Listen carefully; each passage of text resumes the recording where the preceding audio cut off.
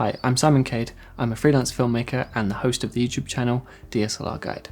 And today we're going to be doing a fun little lighting tutorial using the Godox RGB Lightstick LC500R and the powerful fanless UL150 lights.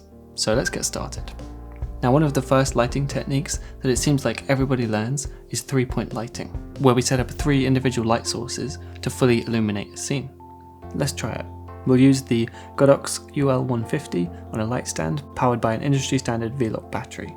This makes it totally portable while it kicks out some serious power, so this setup is perfect for use with attachments like this softbox.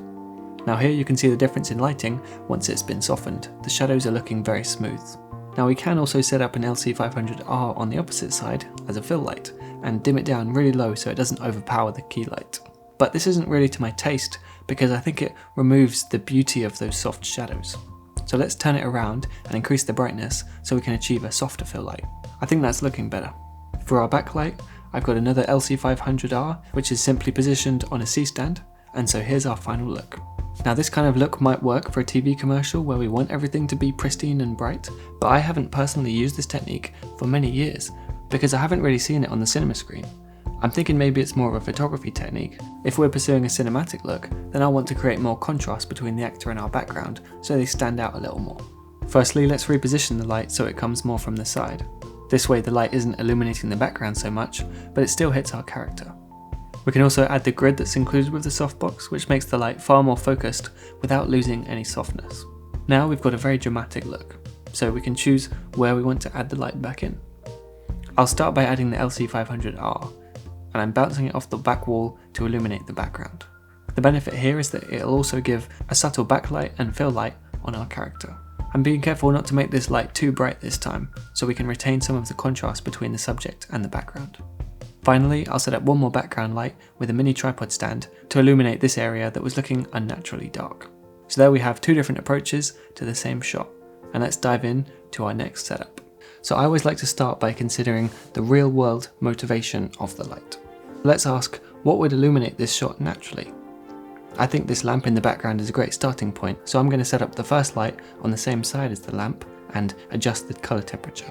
Now the LC500R has a CCT mode, which is really helpful in these kind of situations because you can precisely adjust the light to get different effects. And this time I'm going to use it so I can match the color of the practical lamp without needing to use any gels or filters. Now, knowing that this is a battery powered light with CCT and RGB adjustments, I really wasn't expecting it to be so bright. For example, for this shot, I only had to set it to 16% brightness. So the last thing to do is to adjust the barn doors until I'm happy with the shape of the light. In this case, let's narrow the light so it doesn't spill onto the background and take away from that really nice contrasty look that we've got. I really wish that every light came with barn doors. It's honestly so much faster and simpler than trying to set up a separate piece of card or a flag to try and block the light. Okay, so here's how that looks. We've created quite a dramatic shadowy look, but that's okay since we're aiming for a darker evening feel. And I know that our next light is going to balance things out. So let's place a second LC500R on this table, again without a stand, since it's already at a perfect angle to replicate the light from a TV. So if our character is supposed to be watching TV, then we'd expect a cooler, slowly flickering light to illuminate their face. Now of course we could do this by manually adjusting the dimmer of the light, or by blocking the light in some way with some kind of filter or gel. But fortunately this light has a feature that will do this accurately and automatically. Television mode is one of the many effects presets, and this one simulates the random occasional brightness adjustments that we'd expect if a real TV was set up. So here's what the TV light looks like by itself. Now this kind of style could work if our story involved a character who was really engrossed with the TV, maybe they were kind of obsessed with whatever they were watching, but by adding our first light back into the scene, we create a more balanced look between the constant lighting and the TV simulation. In terms of lighting, this next shot is pretty simple. Our character sees a police car outside their window, so they take a look. Now trying to find a real police car to film with comes with a lot of challenges. Not only would we need to probably spend quite a lot of money, but we'd need to make sure that we don't get in trouble for impersonating a police officer, and so there'd be some kind of regulations to follow and maybe some permissions to get. However, with the LC500R, we can avoid all of those issues since we can place the light between the window and the curtains and face it towards the wall so the light bounces back as a larger source. Then we just jump into effects mode and choose our favourite one.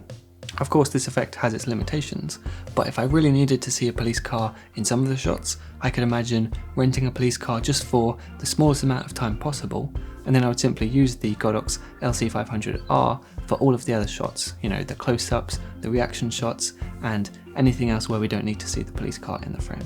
That would definitely save us money, but it would also give us more control over the light, because this light is completely dimmable and it can be positioned precisely to choose the best angle. Now, I do like the mystery of our character's face being completely in the shadows with the flickers of colour, but I decided to add one more light for two reasons. Firstly, it illuminates the general surroundings so that the curtains have that ambient light that we'd expect to see if someone was at home with the lights on. And secondly, I knew that the character was going to turn her head to talk to someone off screen, and so this light illuminates her face nicely during those moments. So this way we can see her eyes, but we've still got plenty of contrast between the normality of indoors and the dangerous crime scene outside. You know, every time I light a scene, I learn something new, and that was definitely the case today. So I'd like to challenge you to do the same thing, lighting a room in a few different ways, while considering the effects of your lighting on the tone and feel of the footage. So thanks for watching, I hope this video has been useful to you, and you can find out more about the Godox lights and my own work in the video description.